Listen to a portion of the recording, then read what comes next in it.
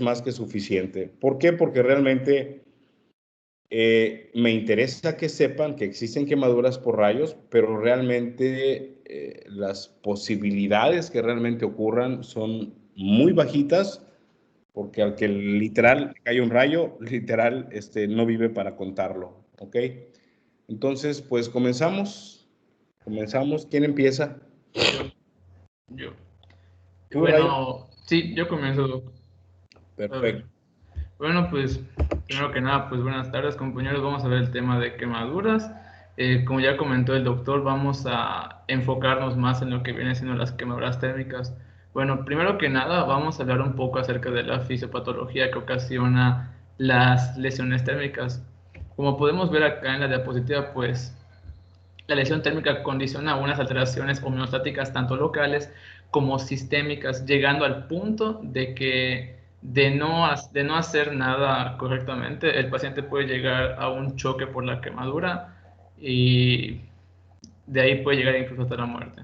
Entonces, abordando los aspectos fisiopatológicos, el paciente en sí puede tener trastornos en el funcionamiento normal de la membrana celular, puede tener alteraciones hormonales que posteriormente vamos a ver, que el paciente ingresa igual en un estado hipermetabólico, puede tener cambios en el equilibrio ácido-básico de los tejidos e incluso cambios hemodinámicos y anomalías hematológicas, como puede ser que el paciente 12 horas después de la quemadura puede presentar una hemoconcentración.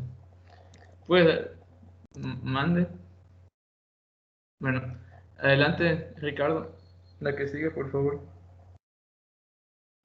Bueno, aquí lo que podemos ver es que el paciente tiene anormalidades de líquidos y electrolitos. ¿Esto a qué se debe? Debido a que hay una disfunción de la bomba de sodio-potasio en este caso y tienden a perderse pues los electrolitos, vaya.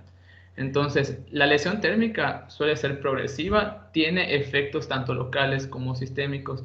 Sistémicos en el punto de que la quemadura va a condicionar la liberación de factores proinflamatorios y vasoactivos que pueden condicionar una vasoconstricción local y una vasodilatación sistémica. ¿Esto qué puede producir? Que haya un incremento de la permeabilidad capilar y que incluso el paciente en las primeras 24 horas de la quemadura puede tener una disminución de la contractilidad miocárdica. ¿Puedo hacer una pregunta a Andrés Delgado, por favor? Hola, Andrés. Sí, doctor. Hola, una pregunta solo para que, por si estabas dormido, despertarte. Oye, Andrés, ¿a partir de cuántos grados centígrados se desnaturalizan las proteínas en el cuerpo?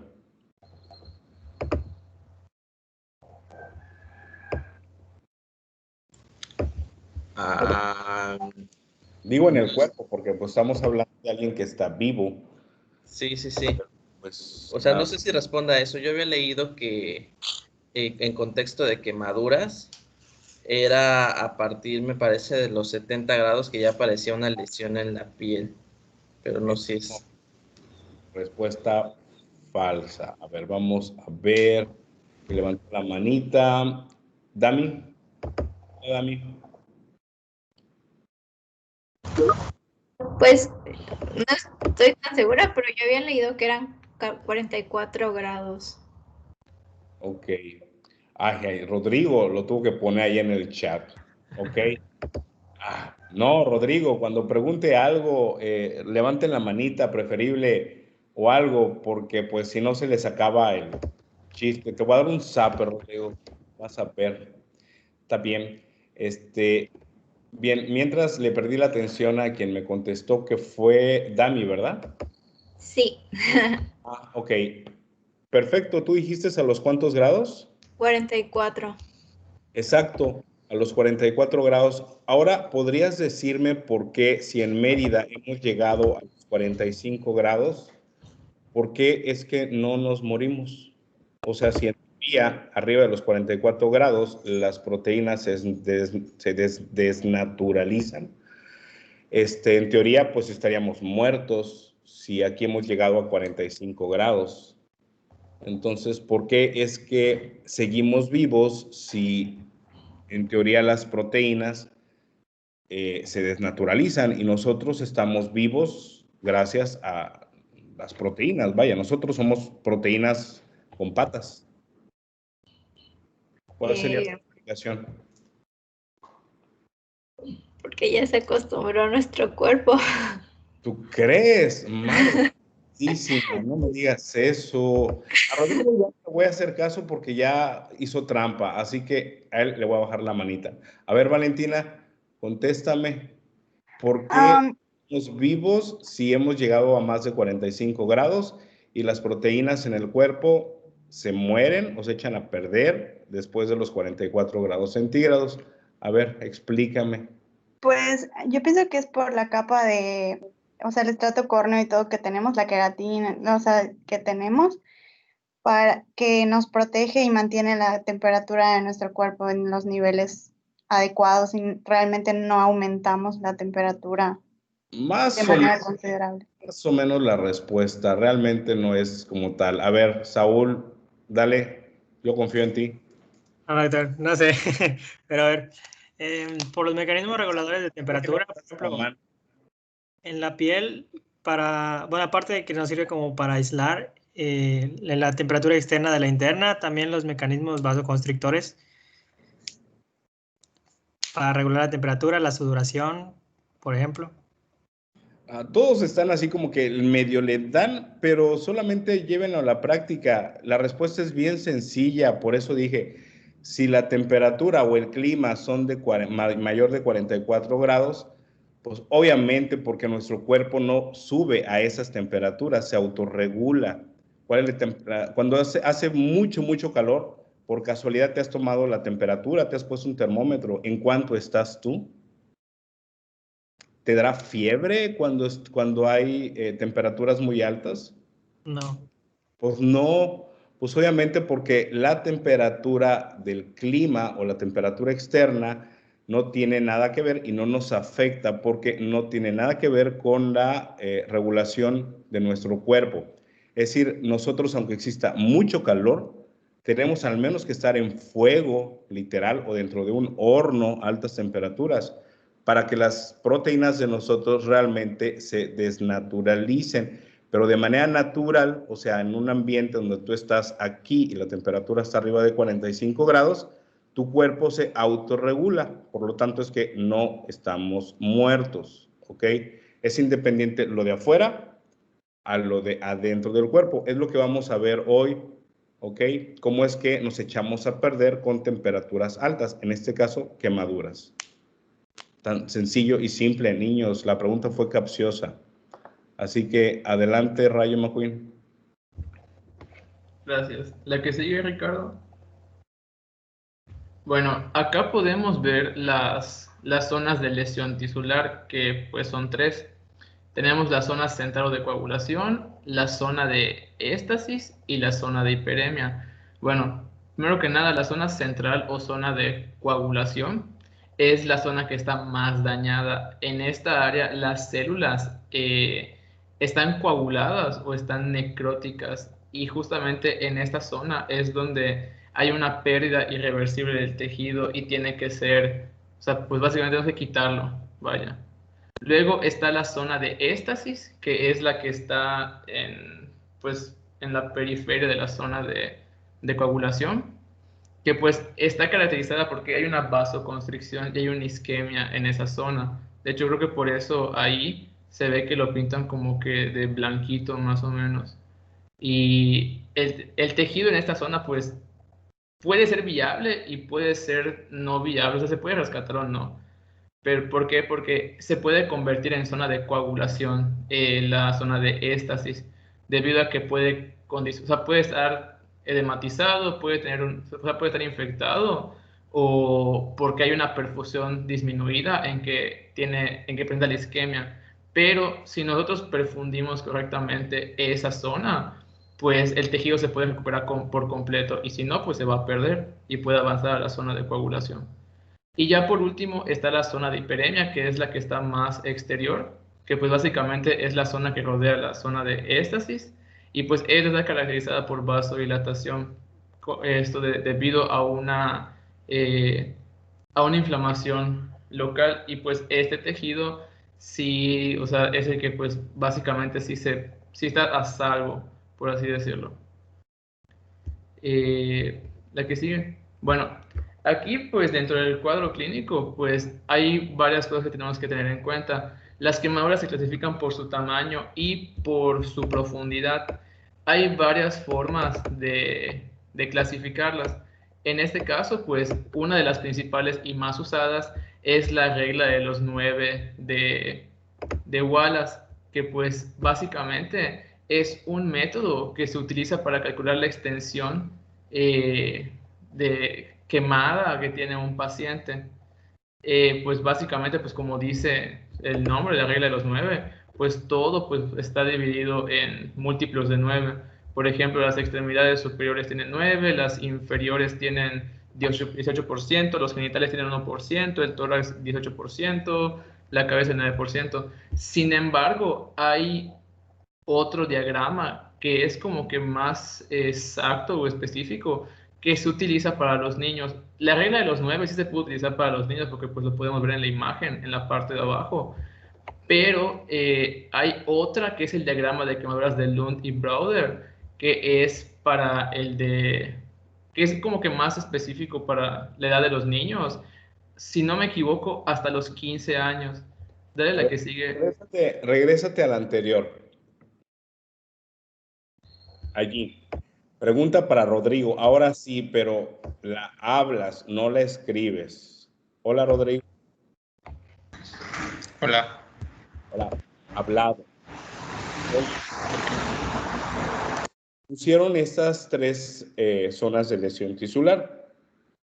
La de estasis, la de coagulación. ¿Cuál crees de estas que están, de estas tres zonas, cuál es la que son o las que podemos modificar nosotros como médicos o incluso hasta en la familia, si alguien está presente, qué es lo que debe de hacer? ¿Cuál es la que podemos modificar y cuál es la que nosotros no podemos modificar? Y digo modificar como cualquier ser humano, o sea, no solamente médico. ¿Cómo? Pues la zona de coagulación sería la que no podemos modificar porque el tejido ya está necrosado, ya no hay circulación, y la que todavía es como tejido rescatable, que sería la zona de estasis. Ok, perfecto. Ahora va la siguiente pregunta. Vamos a darle chance porque están levantando la mano. Vamos a darle chance a Jamuri.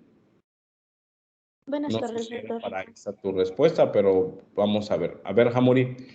Entonces, ¿qué recomiendas hacer en este caso de una quemadura térmica? ¿Qué recomiendas hacer para que no siga el daño después de la, ¿cómo se llama? De la zona de coagulación, que esa nosotros no podemos actuar. Pero ¿qué medidas indicarías tú como médico para que no se perpetúe la lesión? Sería intentar disminuir la temperatura, es decir, si la persona se quemó por, no sé, haber metido la mano al fuego, pues quitarle la mano del fuego y intentar disminuir la temperatura con agua a temperatura ambiente. O vaya, que no esté ni muy fría ni muy caliente tampoco. Está correcto, esa temperatura ambiente. Obviamente caliente no lo puedes hacer porque vas a seguir más daño. Y fría tampoco, contraindicada, porque esa zona es una zona isquémica. Y si le vamos a poner agua fría, que en teoría eso es lo que muchos hacen, pone algo frío para si se acaba de quemar, pone algo frío. No lo vayan a hacer, porque de por sí es una zona donde hay zona de isquemia. Si le ponen algo frío, va a causar mayor vasoconstricción y el daño se va a perpetuar. Y esto lo digo porque existen un montón de remedios de la abuelita, un montón, desde que le pongan huevo, clara de huevo, he visto que le ponen tomate, he visto que le ponen pasta de dientes y un sinfín de cosas. Entonces, yo le recomiendo que sí, de repente hay en ocasiones en donde parece que estoy viendo que están haciendo una receta de cocina de los pobres quemados. Entonces, solamente con que le pongan líquido a temperatura ambiente, pues obviamente preferencia agua, con eso es más que suficiente. ¿Qué cosas han visto ustedes? Cuéntenme. ¿O qué remedios caseros les han contado?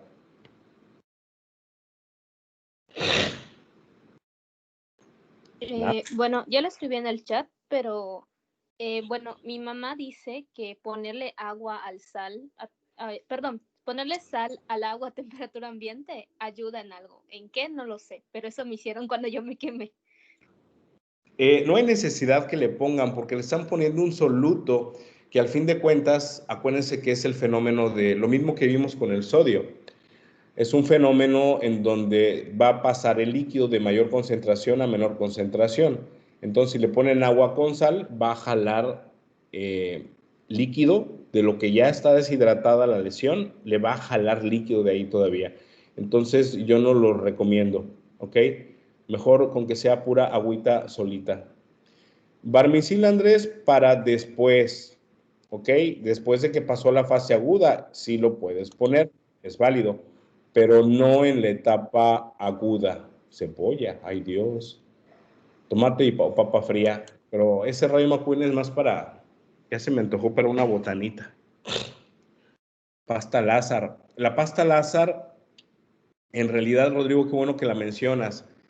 La pasta Lázaro realmente es una capa doble de piel, realmente no tiene ninguna función médica como tal. Realmente es una doble protección o una capa protectora que estamos poniendo ante una lesión. Realmente no tiene ningún efecto para curación o algo, ¿ok? Sábila está bien, pero para después de que ya le bloqueaste el efecto. Siempre y cuando, ahorita que veamos los tipos de quemadura, siempre y cuando la sábila en este caso sea quemaduras de primer grado. Ahorita que vayamos más adelante, lo platico.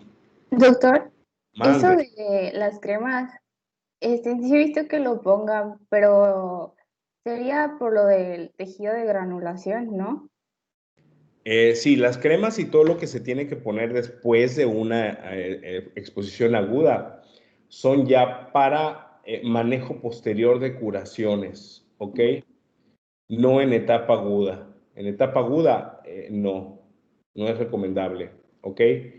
Ahorita que veamos los tipos de quemaduras, van a darse cuenta por sí solos por qué es que digo que no.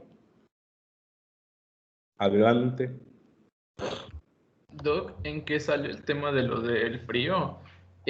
Por ejemplo, el Subirán dice que la única forma en la que se puede aplicar frío a un paciente con quemadura es literalmente en los primeros 30 minutos posteriores a la quemadura, que es como que la única forma en la que han encontrado que tiene como que un beneficio porque ayuda a disminuir la permeabilidad capilar y evita que se forme edema, pero se contradice porque en una parte anterior del libro dice que no aplicar hielo, ni enfriar al paciente, ni nada. Entonces, de plano, o sea, nos quedamos con la idea de que no darle nada frío al paciente cuando nos llegue. No, frío no, porque por lógica estás haciendo vasoconstricción. O sea, todo lo que le vayas a poner es a temperatura ambiente y en agudo. O sea, más de una hora no tiene caso de nada. La lesión ya está. Ok. Bueno, dale la que sigue, Ricardo, y sale el diagrama de quemaduras de Lund y Browder. Bueno, este es, o sea, para los niños, este es de los 15 años, y es igual un diagrama para estimar el porcentaje de una quemadura. Sin embargo, a este doc no le entendí del todo porque viene como que con fracciones, entonces, o sea, o sea, yo no sé cómo se manejaría porque en que lo estaba investigando solo te decía que era para los niños hasta 15 años y ya. Y ya la otra que te comentaban era de que, por ejemplo, cuando son quemaduras muy pequeñas, se puede estimar el tamaño utilizando la mano del paciente, que el dorso de la mano equivale al 1% del área de superficie corporal, y ya pues el número de manos, que valga la redundancia, que equivalga el tamaño de la quemadura, representaba el área de superficie corporal quemada que tenga el paciente. Bien, yo le recomiendo que estamos manejando pacientes adultos. Les recomiendo que se aplique la regla de los 9. En esta parte de los niños, yo sería o soy de la idea de que mejor se lo pregunten a un pediatra, ¿ok? Porque realmente les diría mentiras. Pero en adultos yo sí les recomiendo que utilicen la regla de los 9. Y como tip, cuando vean a un paciente quemado, de por sí es muy incómodo ver a un paciente en estas condiciones. Es muy desagradable atender a un paciente quemado. Yo les recomiendo que hagan un dibujito, como una caricatura, y rayen, y también eso les va a servir para el examen. Spoiler. Que hagan un dibujito y que coloreen la parte que está afectada. Y así van a calcular de manera exacta, sin que se les vaya, los sitios en donde están las quemaduras. Y además esto le va a servir para el siguiente médico que vea al paciente, que se dé una idea visual con el dibujito que ustedes hagan de cómo está o dónde están las quemaduras, porque ni modo que estén tapando y destapando al paciente. O sea, es muy incómodo y de mucho riesgo, de alto riesgo de contaminación, y tiene que estar lo más estéril que se pueda.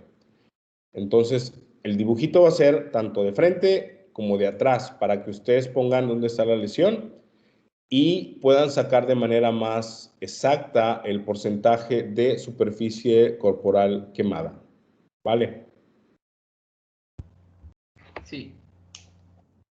Bueno, pues aquí tenemos las características de las quemaduras clasificadas según grados, ¿vale? Entonces, en este caso, se clasifican en la superficial, que es la de primer grado, que pues básicamente un ejemplo clásico pues son las quemaduras de sol, y que tardan en curarse aproximadamente 7 días, y en este caso, la única zona que está afectada pues es la epidermis. Después siguen las de egreso parcial, que son la superficial y profundo, que pues básicamente son las de segundo grado superficial y segundo grado profundo. En estas dos, a simple vista, a veces resulta como que medio confuso el poder distinguirlas, debido a que pues abarcan hasta la dermis ambas. Sin embargo, la de segundo grado profundo pues ya involucra hasta los anexos que hay en la dermis, como son las glándulas sudoríparas, los folículos pilosos, etcétera. Y Para Saúl Antonio. Hola, Saúl. Saúl, hola. Perdón. ¿Me escuchas? Sí, es que está medio trabado mi. ¿Tu cabeza? No, mi ¿Ideas? computadora. Ah, ok. Oye, Saúl, si acaba de decir el Rayo McQueen que las quemaduras de segundo grado, superficial y profunda, clínicamente no se pueden distinguir, ¿cómo podrías tú saber que es una superficial o una profunda, una de segundo grado? La de primer grado, todos nosotros en la vida alguna vez hemos tenido. Todos. Al menos que alguien sea muy cuidadoso y cada vez que sale a la calle un protector solar. Pero los que no, incluso hasta los que se van a la playa a presumir sus bronceados, realmente lo bronceado no es tan bronceado, tiene una quemadura de primer grado. O sea, están presumiendo una quemadura de primer grado. Entonces, la pregunta es, la de segundo grado, ¿cómo distingues la superficial de la profunda cuando te llega un paciente de urgencias? Pues la segunda presenta ampollas, pero... Segunda sí, las dos, la superficial y la profunda. Ok.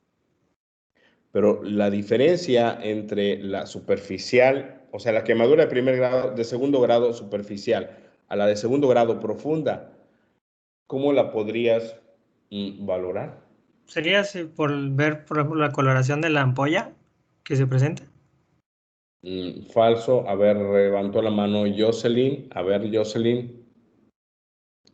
Hola. De hecho, esa es la duda que tenía, porque en el Schwartz te dice que es muy difícil hacer una diferencia entre en este tipo si es profunda o superficial. Y eso ya sería más que lo maneje un cirujano más experimentado. O sea, que si llega, entonces le hago una biopsia a un quemado para poder saber en ese momento si es superficial o profunda. ¿O qué Pues haría? decía biopsia profunda, pero es muy invasiva. Y la otra había a usar Doppler para ver la irrigación. Guay, Dios, se están complicando la vida. A ver, Dianey, ¿tú qué dices? ¿Me escucha, doctor? Sí, te escucho. Bueno, quería complementar lo que dijo mi compañera.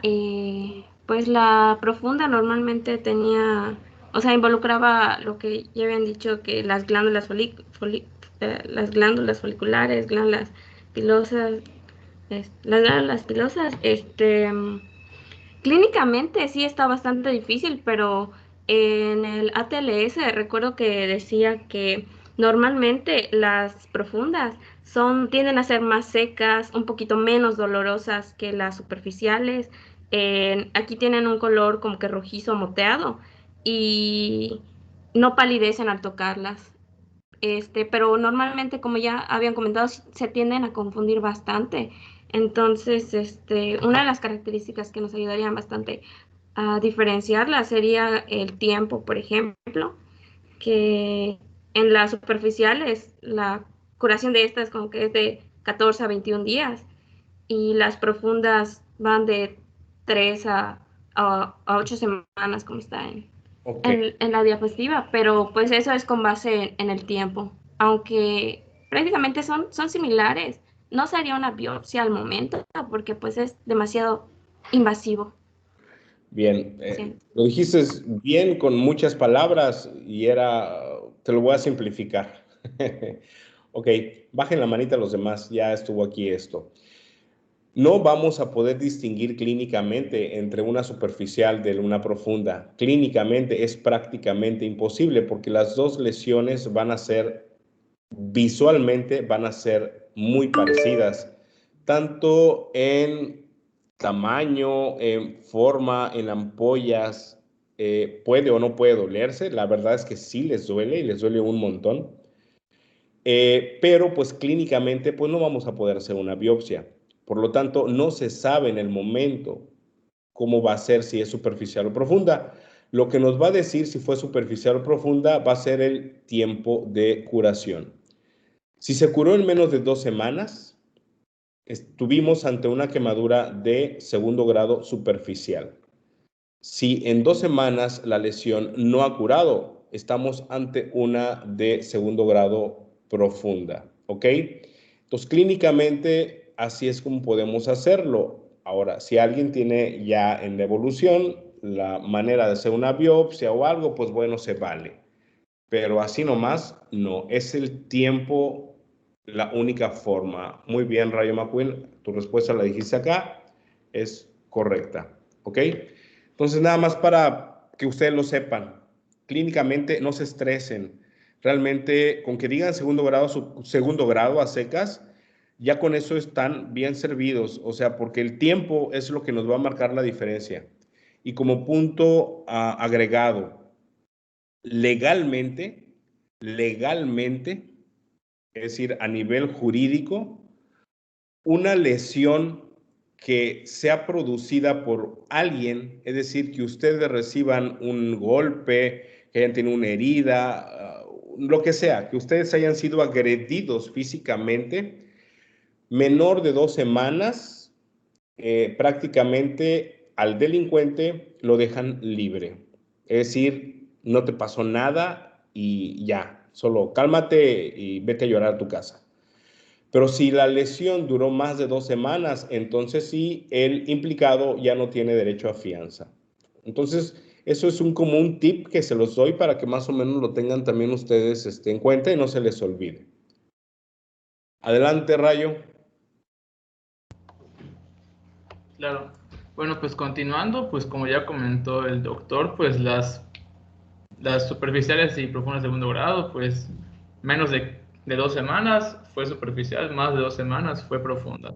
Ya las quemaduras de tercer grado, que se denominan de grueso total, son las que se llevan epidermis, la dermis, están carbonizadas, pueden alcanzar incluso el tejido subcutáneo, y esas en curar tardan meses, dejan cicatrices e incluso llegan a necesitar injertos de piel. Y ya las de cuarto grado son las que se llevan todo, se llevan hasta músculo, pueden llegar incluso hasta el hueso, y esas sí requieren múltiples cirugías para, o sea, pues para recuperar la piel, injertos, y tardan muchísimo más tiempo todavía en curarse.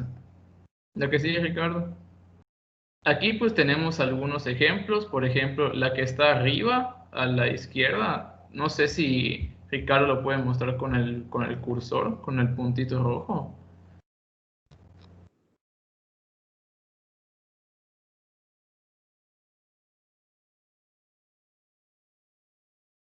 Uy.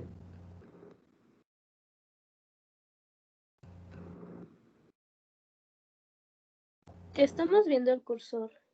Ahí está. Bueno, esa de allá arriba pues es la típica de primer grado. La que está a su derecha, se supone que esa es la forma en la que se pueda diferenciar clínicamente la de primer grado, la de segundo grado superficial y profundo, debido a que, por lo que yo había leído, según esos puntitos, quiere decir que en esa zona ya se habían afectado los anexos de la dermis. Entonces ahí como que se dividía, pero pues como nos dijo el doctor, ya pues básicamente por clínica es imposible. La de abajo a la izquierda es una de tercer grado, y ya la que está abajo a la derecha, esa del centro igual es una de segundo grado, y ya la que está abajo a la derecha es una de cuarto grado, que pues como podemos ver ya se llevó el músculo y ya llegó incluso hasta el hueso. Son esas las imágenes que hay. La que sigue, Ricardo. Bueno, acá, pues básicamente la Asociación Americana de Quemaduras tiene unas características respecto a la profundidad de las quemaduras. Esta es otra forma como que de clasificación.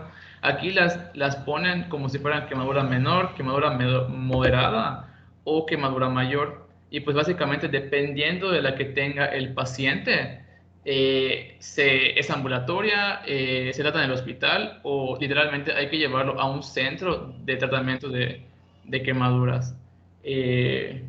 Ahí están todas las características. No sé si el doctor quiere que las lea o se quede el cuadrito ahí para que lea todas. Realmente yo no dudo en que ustedes no sepan leer. Entonces, esto es solamente que ustedes lo contemplen, porque obviamente, por si llegara a venir en el examen, pues vamos tal vez a preguntar cuáles son los criterios para manejo hospitalario y cuáles no son de manejo hospitalario. Pero pues no tiene caso recitarlas porque ustedes tienen la capacidad de leer y supongo que también ya tengan la capacidad de análisis y de abstracción y de resumir. Entonces, confío en eso, en ustedes. Bueno, ahí está. Ahora, pues, en las quemaduras térmicas igual hay que tomar en cuenta lo que vienen siendo las lesiones por inhalación. Bueno, aquí, ¿qué es lo que pasa? Normalmente, pues, las lesiones por inhalación suelen producirse en espacios cerrados. Pero, ¿qué es lo que realmente pasa acá? Bueno, en un inicio, el paciente te puede llegar y su vía aérea puede estar permeable, tú lo ves bien y todo el show, pero de la nada esa vía permeable se puede convertir en una no permeable con el paso de las horas.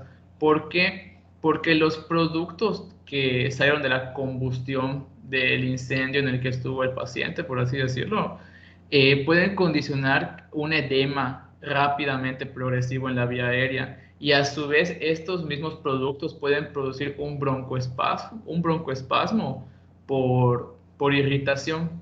Entonces, es ahí en que te dice que pues se puede afectar tanto la vía aérea superior como la inferior, pero pues la que normalmente a veces se limita solo a las vías aéreas superiores. Ya si fue como que un incendio muy, muy grave, el paciente podría presentar incluso hasta un síndrome de insuficiencia respiratoria aguda, podría presentar neumonitis, podría presentar hasta una neumonía. Entonces, la que sigue, Ricardo, hay algunos datos que nos pueden obligar a identificar, o sea, son algunos datos o sea, que dan daños por inhalación, y estos mismos datos nos orientan a hacer una intubación endotraqueal temprana en el paciente por el riesgo de la dificultad respiratoria que este podría tener. En este caso, pues las quemaduras faciales, que tenga las vibrisas quemadas, que tenga hollín en la vía aérea superior, que el paciente tenga ronquera, que tenga esputo carbonoso, que tenga hipoxia, que tenga resuello. El resuello, por lo que entendí, es como que una inspiración muy, muy rápida y que suena muy, muy fuerte. Eso es lo que yo había visto, o sea, buscado sobre qué es el resuello, y que el paciente incluso tenga cambios inflamatorios en la faringe. Esos son algunos datos que nos orientan igual a una intubación endotraqueal temprana en el paciente. Sí, es correcto ese del resuello, lo que dijiste es eso. Ahí está. Bueno, la que sigue, Ricardo. Igual en estos pacientes es muy importante tener en cuenta que pueden tener el envenenamiento por monóxido de carbono. Entonces, a estos pacientes que tengan un posible envenenamiento, una forma del tratamiento que había visto que se podía hacer era ponerlos en una cámara hiperbárica. Pero, por ejemplo, acá en Mérida, pues no sé si hay cámara hiperbárica o algo así. Y otra era de que a estos pacientes con lesiones por inhalación hay que ponerle, por ejemplo, hay que tomarles una gasometría y checar los valores del monóxido de carbono, y que si son mayores del 15 al 20%, a ese paciente hay que darle de cajón oxigenoterapia al 100% por vía endotraqueal de 6 a 12 horas, si no me equivoco. Y ya el envenenamiento por cianuro de hidrógeno se puede considerar en incendios también, pero que implican productos polímeros.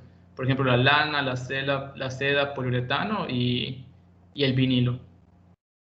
Esos son los los más importantes. Ahora, con respecto a la profundidad de una quemadura, hay cuatro elementos clínicos que nos ayudan a determinar la profundidad de una quemadura. En este caso, pues son el sangrado a la punción con una aguja, sensación de dolor en el paciente, la apariencia que tenga y el llenado capilar. Por ejemplo, en la superficial, pues va a tener sangrado a la punción activo y rápido, va a sentir dolor el paciente, y la apariencia pues va a ser rojo brillante, y el llenado capilar es rápido. En cambio, en la dérmica superficial va a tener lo mismo, pero la única diferencia es que el paciente va a tener ampollas y que el llenado capilar va a ser más lento. Esa sería pues como que en la de segundo grado superficial. En la de segundo grado profundo. Voy a hacer un comentario nada más, Rayo McQueen. En Mérida sí tenemos cámara hiperbárica, aunque la principal aplicación o el uso de la cámara hiperbárica es para enfermedades por sumersión. ¿Ok? Acuérdate que vivimos en una costa en donde mucha gente se dedica a la pesca, y algunos hacen deporte de buceo libre, en el cual después de 10 pies se tiene que descomprimir, o incluso ya saben los buzos, ya saben los pescadores a partir de cuánto tienen que hacer sus descansos para poder ascender a la superficie, porque la complicación principal en este tipo de pacientes que se dedican a la pesca, al buceo o al deporte, buceo libre, una de las complicaciones precisamente es el embolismo por nitrógeno, ¿ok? Y eso es la razón principal por la cual se utilizan las cámaras hiperbáricas, pero no es la única razón para el uso de ellas. Realmente son manejos de alta capacidad de oxígeno, incluso, no sé si recuerden, como anécdota, Michael Jackson utilizaba una cámara hiperbárica para dormir, para mantenerse joven o retardar el envejecimiento. Esa terapia la usaba también una exgobernadora de nosotros, en donde todos los días iba a su sesión de cámara hiperbárica, porque ella donó en su gobierno esa cámara hiperbárica al Hospital Orán, que realmente el uso que se les da allí es para tanto los pacientes con enfermedad por sumersión como pacientes con problemas de cicatrización, ejemplo, pies diabéticos o heridas muy cruentas, ya sea por cirugía, por convalecencia o por accidente. Pero como tip cosmetológico, también puede ayudar para retardar el envejecimiento. Y sí tenemos en Yucatán, en Mérida sí. Oficialmente la de salubridad la tenemos aquí en el Orán, no hay en privado. Y las que son por parte de las otras instituciones, la tienen por parte del seguro, por ejemplo, la tiene en Tizimín. Allá está la cámara hiperbárica, porque es un lugar donde más afluencia tienen o pacientes que pueden tener por enfermedad por sumersión, por cercanía de la costa. Adelante. Bueno, y ya pues las únicas diferencias, pues en la segunda grado profunda, pues el sangrado está retrasado. Aquí ya el paciente ya no siente dolor a la punción y el llenado capilar está ausente. Y ya en la de espesor total, que vendría siendo la de tercer grado, el sangrado está ausente, la sensación de dolor, pues aparte de que no se siente, el paciente ya tiene insensibilidad de plano.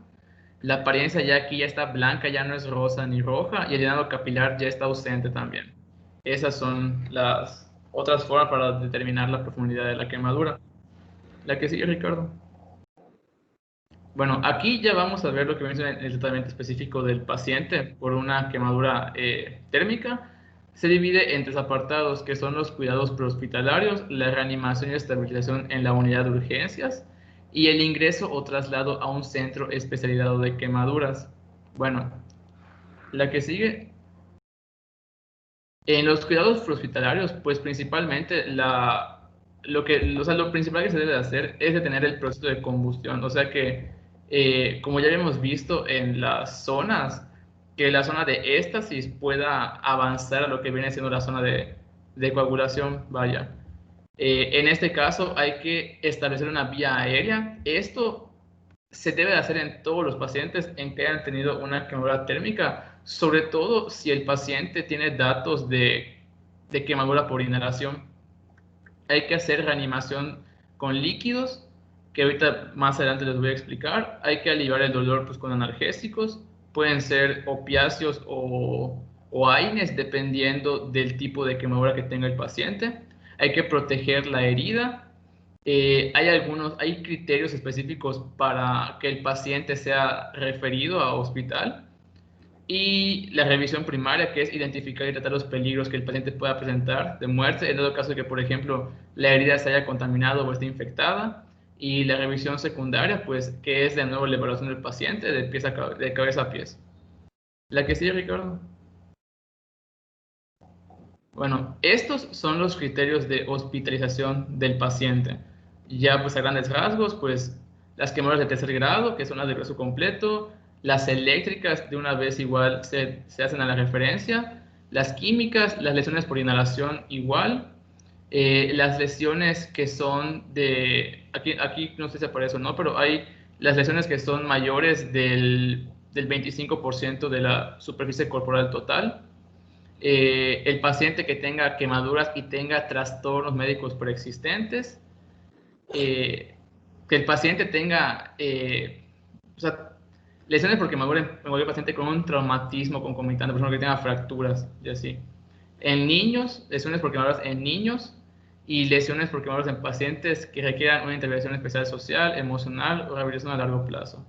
Y ya igual en los extremos, ahorita hay unos porcentajes que decía el cuadro que les mostré anteriormente, donde se divide en quemadura mayor, menor y así.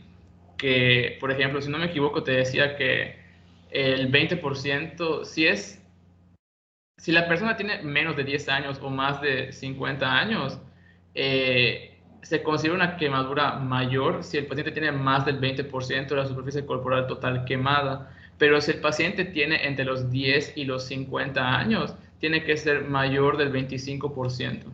Y es como que la única diferencia. ¿La que sigue? Solo para complementar, todo paciente que tenga lesiones en zonas especiales, cara, lugares de flexión y genitales, se deben de hospitalizar por ley, ¿ok? Nada más para que lo tengan en cuenta. Sí. Bueno, ahora el tratamiento en la unidad de emergencia. Pues acá, como les había comentado anteriormente, pues administrar oxígeno al 100% e intubar y ventilar si el paciente tenía peligro de quemadura de la vía aérea o daño respiratorio. A este paciente hay que tomarle gasometría, hay que hacer un antibiograma, hay que tomarle los niveles de carboxiemoglobina y una radiografía de tórax.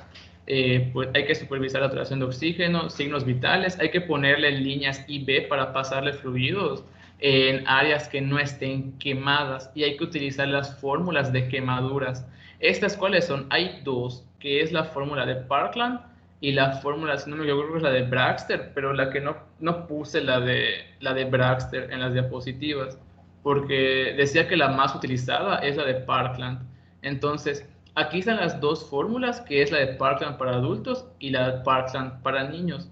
Ahora miren, la de adultos, pues el LR que aparece ahí significa lingerlactato, que es la solución, pues como ya habíamos visto anteriormente, es la Hartmann, pero pues básicamente te dice que es como que es la más utilizada, vaya, es la más utilizada y pues la fórmula como es, te dice que son 4 mililitros por kilogramo de peso por el porcentaje de la superficie corporal total quemada en las 24 horas iniciales. Pero algo importante acá es que la mitad del total que te dé de esta fórmula la vas a pasar en las primeras 8 horas desde el momento de la quemadura y la otra mitad la vas a pasar en las siguientes 16 horas. Y aquí te ponen un ejemplo de que un paciente de 70 kilos tiene un 40% de quemaduras de segundo y tercer grado. Y ya ahí te ponen la fórmula: 4 mililitros por 70 kilogramos del paciente, por el 40% te da 11.200. Ya de esos 11.200, la mitad la pones en las primeras 8 horas y ya el resto la pones en las siguientes 16 horas. Y Parkland la acabas de decir de manera bonita y concreta. Vamos a usar Parkland. Es más práctica, es menos fácil y menos complicada en la aplicación ya en vivo, ¿ok? Parkland, la única cosa que tienen que ustedes estar y tener bien claro en su cabeza, Parkland se considera como un máximo el 50% de superficie corporal total quemada. Es decir, si el paciente tiene 55% de superficie corporal total quemada, se va a calcular sobre 50, ¿ok? Si pasa de 50%, no se toma en cuenta el porcentaje mayor. Se calcula sobre un 50%, ¿ok? Y como lo dijiste, es correcto, es el peso por los 4 mililitros de Ringer lactato por la superficie corporal total. El total son los mililitros en 24 horas y ya la mitad en las primeras 8 horas y el resto ya en las siguientes 16. Lo dijiste, es perfecto. Ahí está. Y pues las variables más confiables para ver que hay una adecuada perfusión, pues son dos, que son la presión arterial media y el gasto urinario. Si la presión arterial media está arriba de 60 milímetros de mercurio, pues el paciente está perfundiendo adecuadamente. Y si el gasto urinario en adultos va de 1.5 a 1 mililitro por kilogramo hora y en niños de 1 a 1.5 por kilogramo hora, pues el paciente está perfectamente. Ahora, ¿por qué no utilizar coloides, soluciones coloides en estos pacientes? Porque lo que condicionaría que haya una gran fuga de proteínas al espacio extravascular si le damos soluciones coloides a este paciente. Y, por ejemplo, las soluciones hipertónicas sí se les podrían dar, pero solo están recomendadas en aquellos pacientes que tengan más del 40% de la superficie corporal total quemada. Y, por ejemplo, la hipertónica solo la deberíamos de usar en las primeras 8 horas.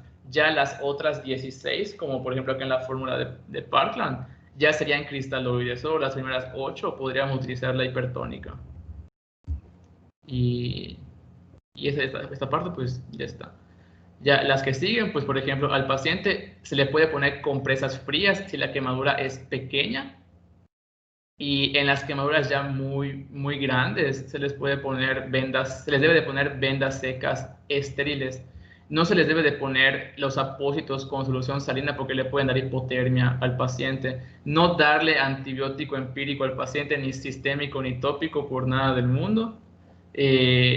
Analgésicos, opioides, IV. Ahorita les voy a decir cuáles se le pueden dar. Si no me equivoco, se le puede dar al paciente metadona o morfina si el paciente se le va a hospitalizar, y si la quemadura es muy extensa, se le puede dar fentanilo al paciente. Incluso el fentanilo es como de que la quemadura es muy extensa y el paciente de plano ya no soporta el dolor y ya le pones metadona y no aguanta el dolor. Ya si es ambulatorio el caso, por ejemplo, un criterio es que sea menor del 10% de superficie corporal quemada, se le da un AINE al paciente. Y, por ejemplo, los únicos antibióticos que se han mostrado algún efecto sobre, o sea, que acelere la cicatrización de la herida y que disminuya la carga bacteriana, son la sulfadiazina de plata al 1% y el acetato de mefenide, si no me equivoco, así se dice. Son esos dos los únicos y son tópicos. Pero pues no se recomienda administrar antibiótico empírico. Al paciente hay que darle la profilaxis de tétanos y ya si tiene lesiones por inhalación, pues el oxígeno húmedo, intubarlo, ventilación, broncodilatador y ya la limpieza profunda del paciente. La que sigue. Ahora, ahorita vamos a hablar sobre la fórmula de Curreri, que es la de los requerimientos calóricos del paciente. Creo que Dami tiene una duda. Sí, tenía una duda en cuanto a el debridamiento de la herida, porque en una parte vi que no se la recomendaba, pero en otra, o sea, había leído que sí, pero creo que sí hay, o sea, que sí hay sangrado. Entonces no me quedó claro eso. La debridación únicamente es cuando hay tejido en agudo, es decir, que el paciente, estoy hablando de debridación en agudo, que el paciente llegue a urgencias. Es para pacientes que tienen tejido necrótico o desvitalizado, es decir, que no tiene vida. Es la única indicación para hacer lavado quirúrgico y debridamiento. En lo que se refiere a las ampollas, está la escuela que dice que se rompan y la otra escuela que dicen que no se rompan. El asunto es que si el paciente está acostado y se está moviendo, se van a romper, ¿ok? Solamente si se rompen, pues ya retirar el tejido sobrante, pero si no se rompen, también está bien, porque en teoría el líquido que está adentro de esa ampolla es líquido estéril. Entonces, debridamiento como tal, repito, es cuando llega el paciente con tejido desvitalizado o bien con tejido necrótico. Es lavado quirúrgico. Levantó la mano No logro ver quién es. Vincent. Gracias, doctor. Y una pregunta, que las ampollas se revienten a pesar de que el líquido sea estéril porque estamos expuestos, ¿no predispone a infecciones? Sí, por eso te digo, hay dos escuelas, las que se revientan y las que no se revientan. Repito, se van a romper. Es como aquella que dice que en las primeras 24 horas no se aplica antibiótico. Es correcto. Me interesa más que en las primeras 24 horas se dediquen a hacer reanimación hídrica. Preferiría eso, que se concentren en cumplir la meta de reanimación hídrica. Y ya a partir de las 24 horas ya viene la segunda fase, que es la cobertura con antibióticos. Recuerden que las bacterias que están en nuestra piel van a llegar a ese sitio en donde está la lesión, y en este caso la causa más frecuente es Staphylococcus aureus. Entonces, sí, se pone antibiótico, pero repito, yo estoy más a favor que en las primeras 24 horas se concentren en cumplir las metas de reanimación hídrica. Doctor, otra preguntita rápida. ¿Por qué no se pueden dar las dos al mismo tiempo? ¿Porque el antibiótico se diluye o algo? ¿Cómo las dos? O sea, la reanimación hídrica y el antibiótico al mismo tiempo. Sí, sí puede hacerse, pero no está indicado, porque la justificación que dicen que no se apliquen las primeras 24 horas es porque en teoría no está colonizado, no está infectado. Esa es la razón por la cual, o sea, de todas maneras se las vas a indicar a las 24 horas. O sea, eso no es la menor duda. Gracias. Pero por eso es que repito, primero yo me prefiero que se vayan a cumplir las metas de reanimación hídrica. Adelante. Bueno, pues con respecto a lo que viene siendo los requerimientos calóricos del paciente, aquí ¿qué pasa? Como el paciente está quemado, pues tiende a presentar un estado hipermetabólico debido a que tiene pérdida proteica y tiene reducción de la masa corporal. De igual forma, el estado en el que está de quemado induce a un estado de hiperglucemia en el paciente, debido a que hay un incremento de la liberación de catecolaminas, y de igual forma presenta un hipercortisolismo el paciente. Entonces hay que aumentar los requerimientos calóricos. En este caso, pues la fórmula que se utiliza es la del Curreri, que hay una para los pacientes que son de 16 a 59 años y la que es para mayores de 60 años, que pues básicamente es la suma de dos productos. En este caso es 25 kilocalorías por el peso del paciente. Esto se le va a sumar a 40 kilocalorías por el porcentaje de superficie corporal total quemada, en el caso de los pacientes que tengan de 16 a 59 años. Ahora, si mi paciente tiene más de 60 años, que pues estaría medio feito ver a un paciente de esa edad quemado, pues serían 20 kilocalorías por el peso del paciente, más el producto que hay entre las 65 kilocalorías por el porcentaje de superficie corporal total quemada de ese mismo paciente. Ahora, la que sigue, Ricardo, en estos pacientes hay que incrementar el aporte proteico, que debe ser de 2 a 3 gramos por kilogramo al día, debido a que pues se desnaturalizaron todas las proteínas debido a que se quemó, y hay que aumentar el aporte proteico. Y en estos pacientes hay que tener un adecuado control glicémico, hay que darles insulina debido a que tienen el estado hiperglucémico, y las metas que hay que tener en estos pacientes es de 80 a 110 miligramos sobre decilitro. Más que nada, no para incrementar el uso de la glucosa y disminuirla, sino que el controlar la glucosa puede evitar que el paciente tenga una translocación e invasión bacteriana, o sea, que se infecte básicamente. Y si no logramos compensar esta falta de los requerimientos calóricos, el paciente puede tener alteraciones en la cicatrización de sus heridas, es susceptible a infecciones, pues como ya les comenté, sepsis, puede llegar incluso a la insuficiencia orgánica y se puede morir el paciente. Ahora, con respecto al cuidado de las heridas, pues lo principal es retirar toda la ropa, lavar todas las zonas afectadas con abundante agua tibia, cubrir con mantas limpias y secas, pues para evitar pérdida de calor y que el paciente entre en hipotermia. No hay que aplicarle, como ya dijo el doctor, nada de hielo, ni enfriarlo, ni nada. No dar antibiótico tópico, aunque ya les mencioné algunos que pues ya han demostrado efecto. Las quemaduras que son menores, que es menores del 10% de superficie corporal total quemada, pues no necesitan reanimación hídrica y son de manejo ambulatorio. Ahora, hay algo a tomar en cuenta, que es la escarotomía. Esto normalmente se hace en las quemaduras que son de grosor total, que son las de tercer grado. Aquí, ¿qué pasa? Que las lesiones son inelásticas. Entonces, ¿qué pasa? Que pueden producir una compresión en la zona en donde se encuentre esa escara, básicamente.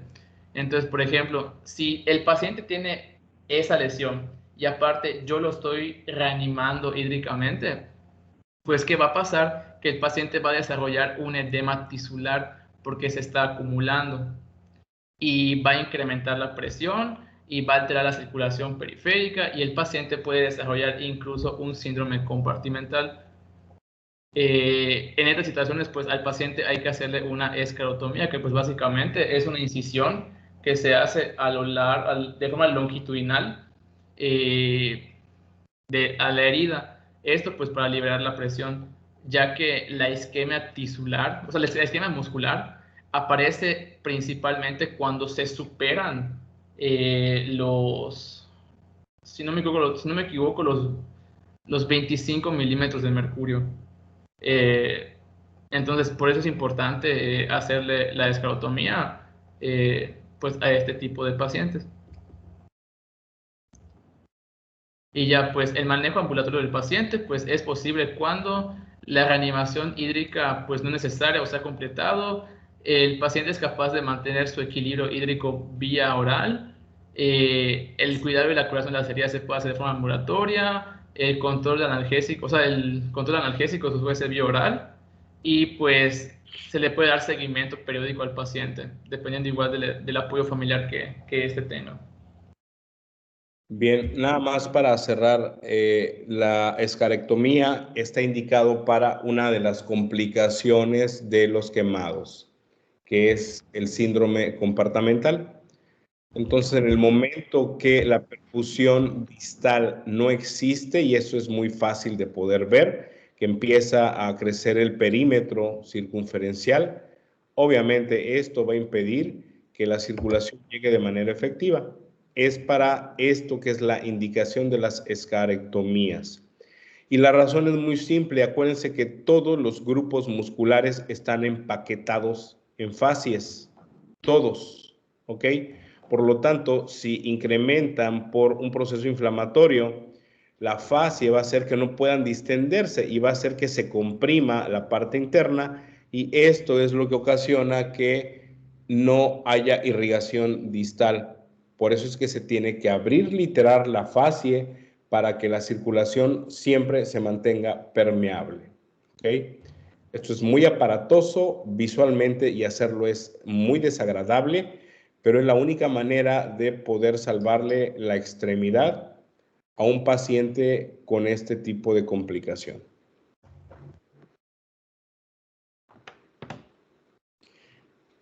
Elías subió la manita. ¿Qué pasó, Elías?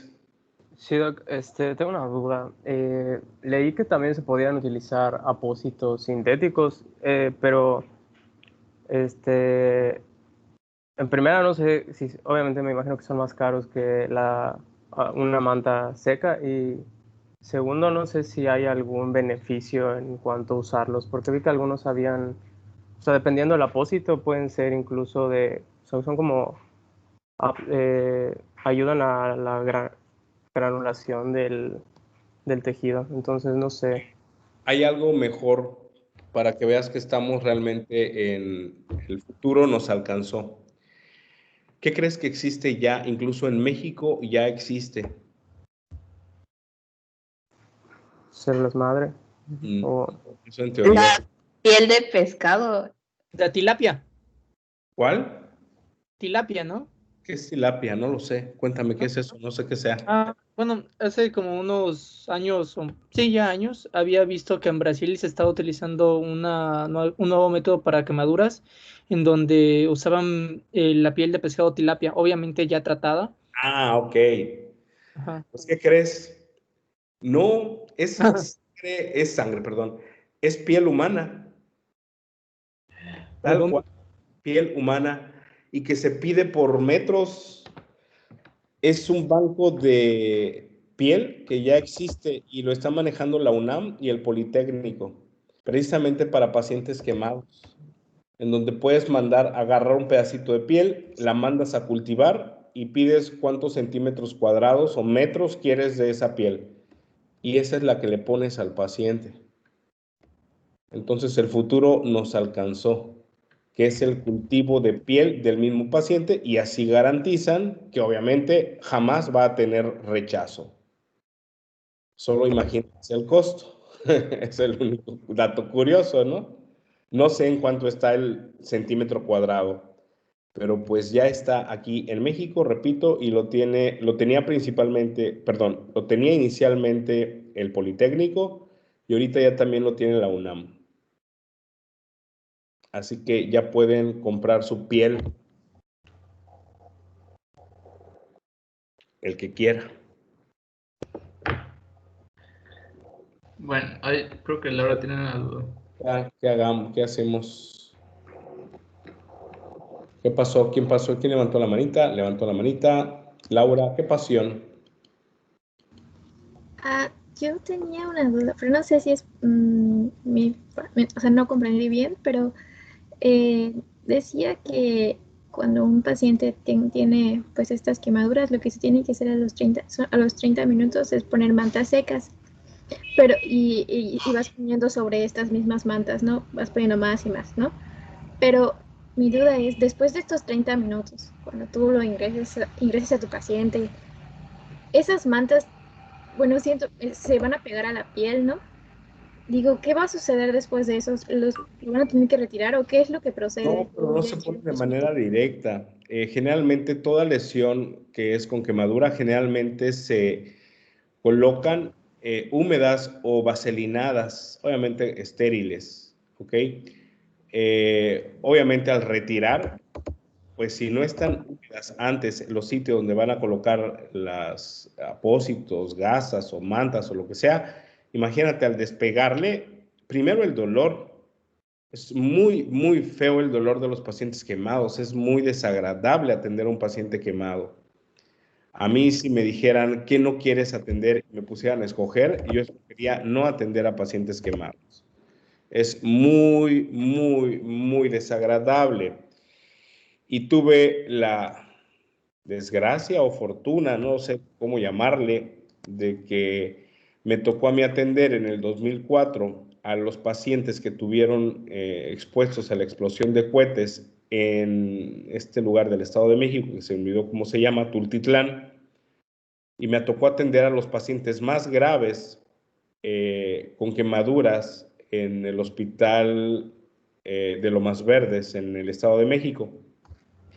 Me tocó una chica con 92% de superficie corporal y otro paciente con 72%. Nunca en mi vida se me van a olvidar. La chica, si es que sobrevivió, es solamente, yo creo, solo un muñón ella. Lo más seguro es que le hayan quitado las extremidades porque en su momento estaban carbonizadas. O sea, eran irrecuperables.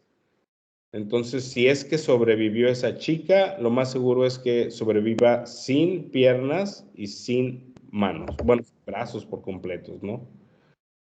Entonces, en conclusión, si tienes al paciente sedado, pónsela, pero yo preferiría que estén con coberturas húmedas, en este caso gasas vaselinadas o apósitos húmedos, porque al desprenderlos, el dolor de verdad es muy, muy desagradable. En las quemaduras químicas, la neta, no quiero mucho que profundicen. Lo único que quiero aquí, y perdón por quitarte este tema, ¿quién iba a hablar de esto? ¿Ricardo o el rayo? Rayo. El rayo. Te voy a hacer una síntesis de todo esto por una razón bien sencilla. Las quemaduras químicas generalmente están asociadas a los trabajos en donde laboran las personas. Por lo tanto, generalmente ya se conoce qué es lo que está ocasionando la quemadura y ya se sabe qué hacer. Aquí lo que me interesa que sepan es algo bien importante. Existen soluciones químicas que reactivan con el agua, ¿ok? Por lo tanto, el agua o meterlos a una regadera no siempre es la mejor opción, porque si es una lesión química que reacciona con el agua, lo van a dañar más. Ejemplo de eso, la sosa. Ejemplo de eso, la cal, que sí se activan con el agua, entonces van a ocasionar daño peor, ¿ok? Y esto lo menciono porque hay unas estructuras que son altamente dañables, que son las mucosas. En este caso, muy específico, los ojos, ¿ok? Quemaduras por cal o por sosa que están expuestas al ojo, no hay nada que hacer. Nada, absolutamente nada. Lo más seguro es que hagan una queratoconjuntivitis y esa córnea quedó inservible. Son pacientes que en un futuro serían candidatos, si es que logran salvar el ojo, serían candidatos a un reemplazo corneal. Y si esta irrigación, porque aparte hay lágrimas en los ojos, que eso ya con eso humedece el producto, pues hay veces pierden el ojo y le tienen que hacer evisceración. ¿Okay? Realmente esa es la razón. Los ácidos, realmente los que están expuestos al público no son tan peligrosos, y digo tan peligrosos entre comillas, porque el que tenemos más a la mano pues es el ácido muriático. Sin embargo, todos hemos tocado el ácido muriático y no nos pasa nada, al menos que alguien sea atópico al ácido muriático, pues sí le va a quemar. El ácido muriático realmente lesiona mucosas, ¿ok? Si alguien quiere morirse por suicidio y de verdad quiere morirse, tomen ácido muriático, se mueren. Y si no se mueren, quedan muertos en vida. ¿Por qué? Porque estenosa el esófago y si es que sobrevivió, la única manera de que siga vivo después de que sobrevivió a la estenosis es a través de una gastrostomía. Y sean honestos, lo más delicioso en esta vida es comer por donde tengas que comer y excretar por donde tengas que excretar. Es lo más delicioso de esta vida. Quien diga lo contrario, no más. Imagínense dejar de comer lo que más le gusta y metérselo a la boca y saborearlo, o que vayan a hacer popó a través de una colostomía, o que hagan pipí a través de una nefrostomía. Nada más para que se den una idea, ¿ok? Entonces yo realmente solo con eso es que quiero que quede pues, bien en su cabecita y que yo con eso me doy por bien servido en las quemaduras químicas. Al menos que quieras decirme algo en especial, Rayo McQueen. Pues no, o sea, básicamente eso era como que lo más importante, lo que usted dijo.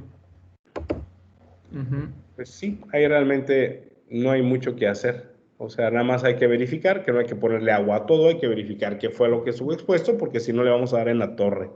¿Ok? De hecho, en el Subirán había un tipo de lesión química en la que el tratamiento era ponerle mayonesa al paciente.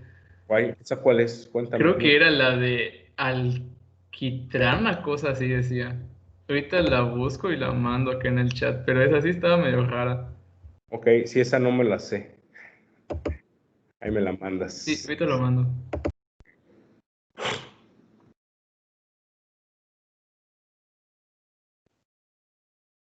Bueno, ¿se escucha, doctor? Sí. Bueno, a mí me tocó hablar sobre las quemaduras eléctricas. Buenas tardes.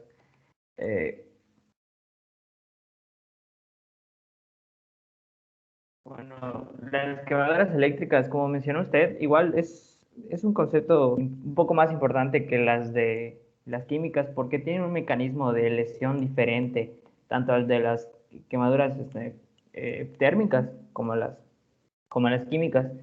En epidemiología podemos hablar de que las quemaduras eléctricas constituyen a nivel mundial un problema de salud pública, provocando alrededor de 180.000 muertes al año.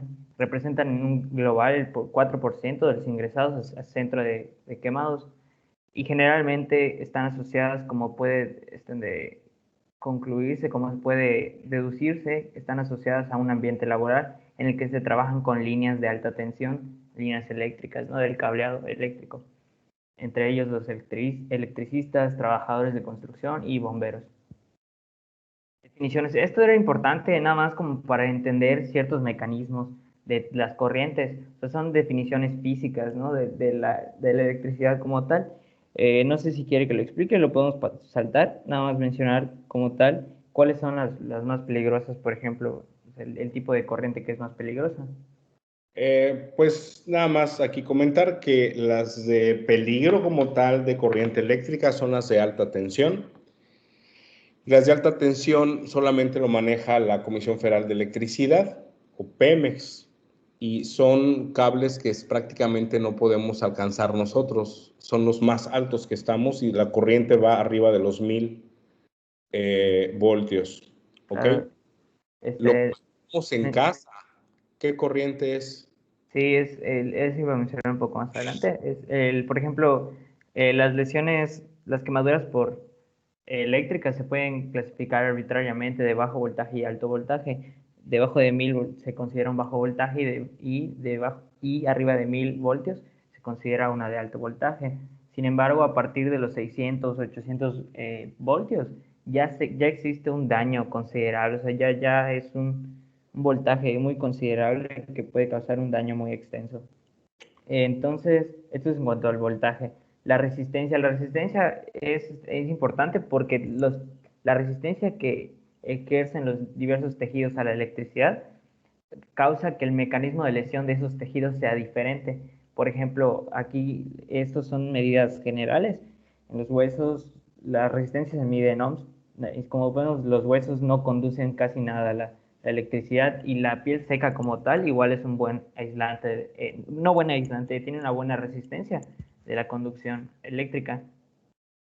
Entre ellos lo que menos conduce pues son la piel húmeda, los vasos y los nervios. Son tejidos que son frágiles ante la electricidad como tal, por su abundante líquidos y electrolitos, sus abundantes líquidos y electrolitos que los conforman. Y bueno, el tipo de corriente eléctrica es importante porque existen dos tipos generales, una corriente directa y una de corriente alterna. Lo que es diferente entre ellos es que, por ejemplo, la corriente alterna tiene oscilaciones en el tiempo, es decir, la corriente va de un lado y puede regresar a su origen, o sea, regresa a su origen, y eso se concreta en un ciclo. Entonces, estas variaciones, aunque en la gráfica puedan parecer que tardan, en realidad sucede en milisegundos, en milisegundos porque hay una frecuencia de oscilación de 60 hercios más o menos, que hace en los que se completan todos estos ciclos, ¿no? Por segundo. Entonces, lo importante bueno, esta imagen de la derecha es una representación de cómo se dan las quemaduras eléctricas de conducción directa, es decir, que atraviesan el cuerpo.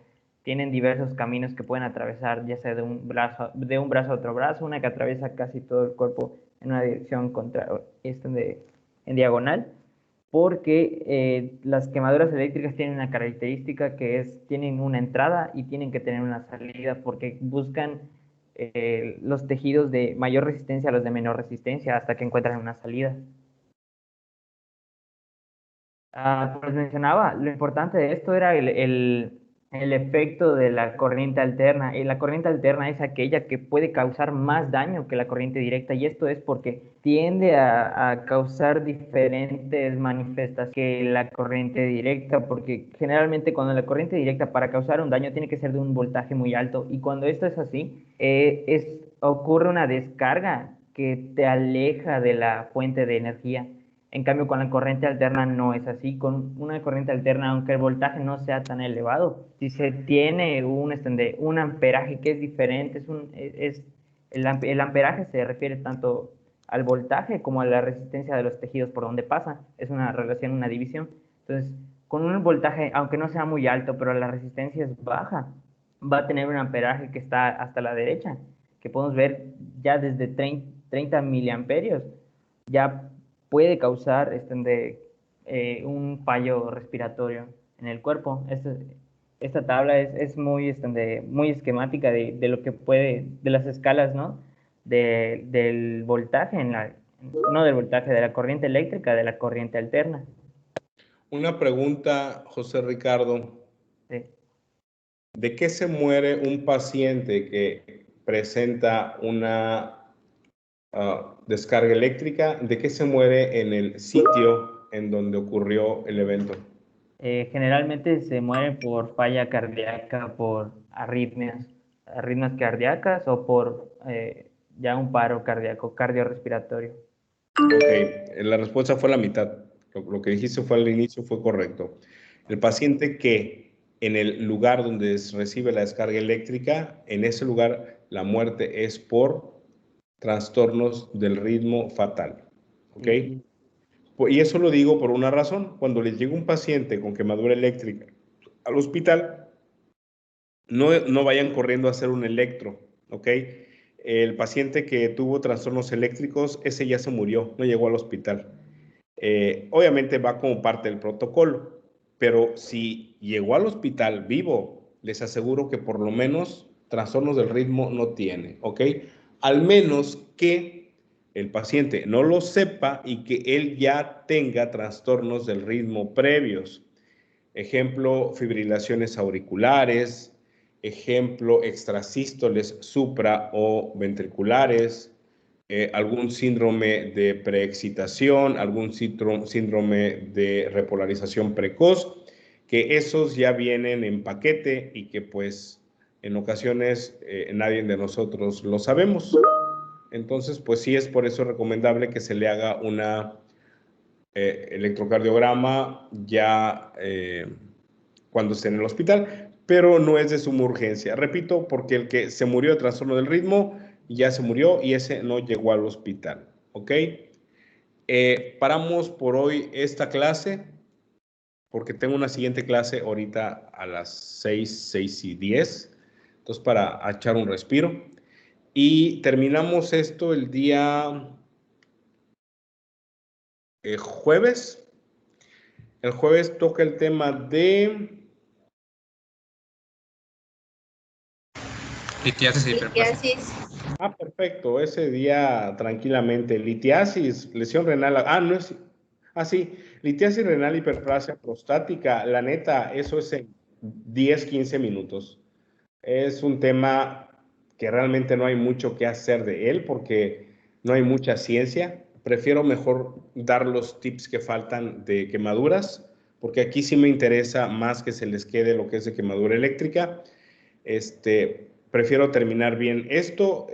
No se complique la vida el que le toque el tema de litiasis renal y el de hiperplasia, porque son temas demasiado técnicos que vaya, no hay mucho que hacer. Lo que es así de sencillo. O sea, lo que vayan a decir, hasta en una tablita lo pueden resumir. Entonces, terminamos esto, José Ricardo, el día jueves, ¿te parece? Sí, doctor, me parece. Y los que vayan a dar el tema de obstrucción urinaria, no se compliquen la vida. Es demasiado sencillo y no hay mucho que decir porque lo que hay es lo que hay, así de sencillo. Doc, mande. Ahí está, en el chat pusieron que sí, la mayonesa es para quitar el alquitrán, no estoy loco. Ok, está bien. Ahí está. Ok. Sabía que había leído mayonesa en algún Entonces, lado. no estabas bailando mayonesa. No.